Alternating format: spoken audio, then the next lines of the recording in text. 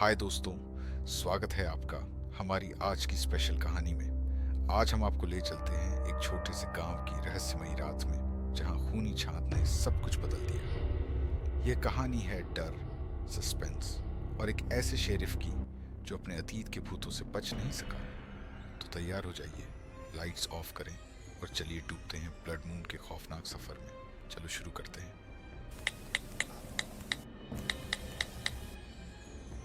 21 मार्च 1998 की रात थी, जब काला पानी गांव के ऊपर आसमान में एक खूनी चांद उगा। ये कोई साधारण चंद्र ग्रहण नहीं था। हवा में खून की हल्की सी गंध तैर रही थी। जंगल के पेड़ों की पत्तियां बेचैनी से सरसरा रही थीं और कालिया वन से एक फुसफुसाहट उठ रही थी, धीमी, ठंडी और किसी को पुकारती हुई। गांव के बुजुर्ग इसे लाल चांद का श्राप कहते थे। एक पुरानी कहानी जो बच्चों को डराने के लिए सुनाई जाती थी, लेकिन उस रात वह श्राप सच बन गया और इसकी शुरुआत हुई एक नाम से, थानेदार विक्रम सिंह। विक्रम सिंह उस रात अपने घर की छत पर खड़ा था जब चांद लाल हो गया, आसमान खून की तरह रंग गया और उसी पल फुसफुसाहट शुरू हुई। विक्रम, विक्रम, जैसे कोई उसे गहरे अंधेरे से बुला रहा हो। उसने अपनी पुरानी सर्विस रिवॉल्वर कसकर पकड़ी, लेकिन उसका मन डोल रहा था। पिछले हफ्ते से लोग गायब हो रहे थे। पहले राधा, एक 17 साल की लड़की जो अपने आंगन से लापता हुई। फिर मोहनलाल, गांव का मिस्त्री जो अपनी दुकान से गायब हो गया। अब तक 8 लोग जा चुके थे और हर बार पीछे छूटता था एक काला पंख, ठंडा, तेज और रहस्य से भरा। गांव में अफरा तफरी मच गई थी। लोग दरवाजे बंद करने लगे, मंदिर में मन्नतें मांगने लगे और इसे खूनी छांद की सजा कहने लगे। विक्रम को यह सब अंधविश्वास लगता था, लेकिन उस रात की फुसफुसाहट ने उसे तोड़ दिया।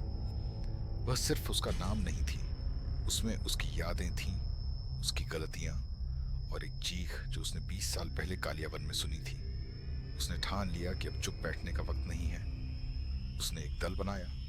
सुनील, उसका जवान हवलदार जो हिम्मत से भरा था, लक्ष्मी, एक शिकारी औरत जिसके पास निशानेबाजी का हुनर था, और पंडित हरि, गांव का पुजारी जो भूत प्रेत से ज्यादा अपनी माला पर यकीन करता था। चारों कालिया वन की ओर बढ़े, जहां खूनी छांद की रोशनी पेड़ों पर लाल छाया डाल रही थी।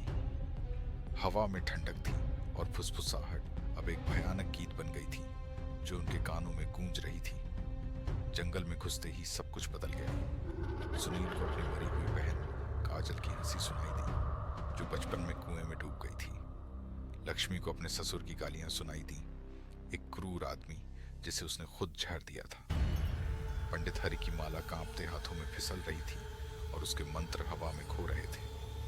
विक्रम चुप था, लेकिन उसका दिमाग 20 साल पुरानी उस रात में अटक गया था। वह अपने दोस्त बलदेव के साथ जंगल गया था। वे एक पुरानी गुफा की तलाश में थे, जहां सोना छिपा होने की अफवाह थी, लेकिन वहां उन्हें कुछ और मिला।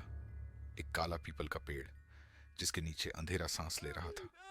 बलदेव की चीखें, उसका बदलता चेहरा और विक्रम की कायरता। वह भाग गया था अपने दोस्त को उस भयानक रात में छोड़कर। अब वह अंधेरा उसे फिर से बुला रहा था।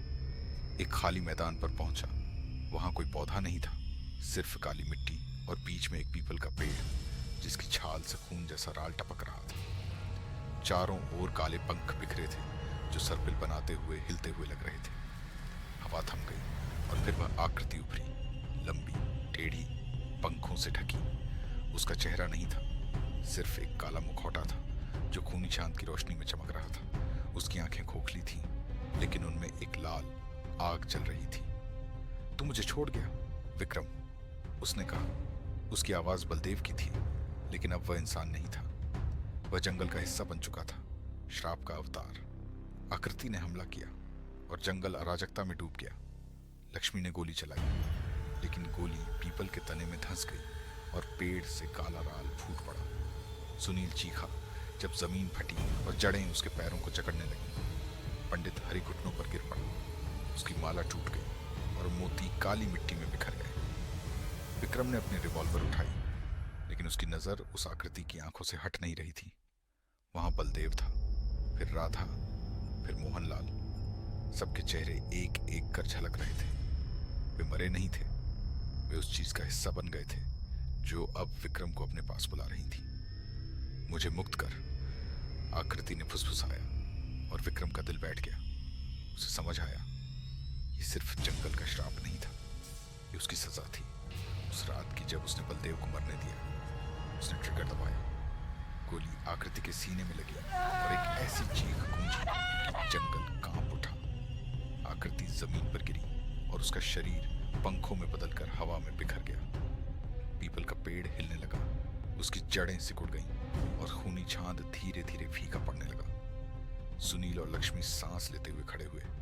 पंडित हरिमंत्र पढ़ने लगा कि सब खत्म हो गया, लेकिन जैसे ही वे वापस मुड़े, फुसफुसाहट फिर से शुरू हुई, हल्की, दूर से, लेकिन जिंदा।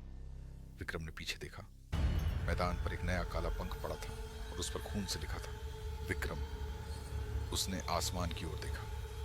खूनी चांद अभी भी चमक रहा था और उसे एहसास हुआ ये अंत नहीं था, ये तो बस शुरुआत थी। जंगल ने उसे माफ नहीं किया था, वह अब उसका हिस्सा बनने वाला था।